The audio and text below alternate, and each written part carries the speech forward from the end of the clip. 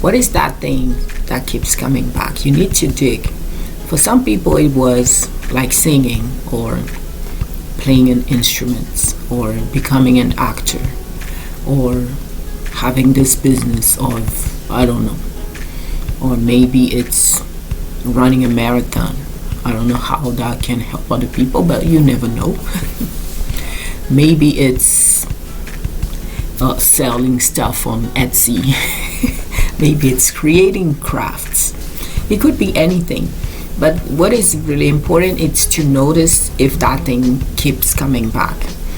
Personally, in my case, I know coaching. I have that desire since like at least 2015, and so I decided to take action. I don't remember when, but yeah, I had the desire to have a blog and to start writing.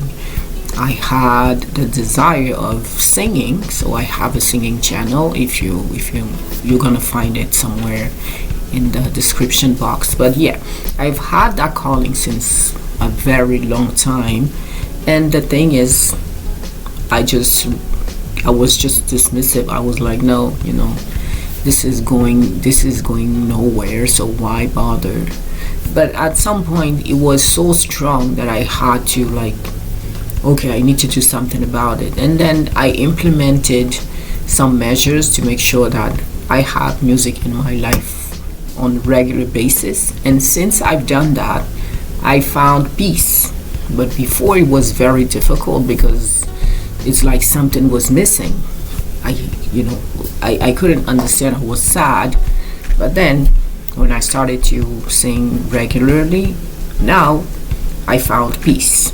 And I intend to continue to do that, whether it brings me somewhere or not. I don't care about that. But it's more about the practice. And so what is that thing?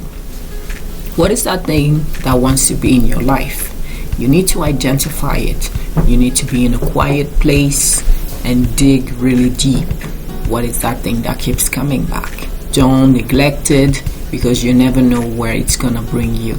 And I'm not saying you need to leave everything you're doing to focus on that. No, you can start building it on the side. So don't be afraid that, oh, I need to sacrifice what I'm doing right now to be 100% focused on that thing. No, that's not what I'm saying.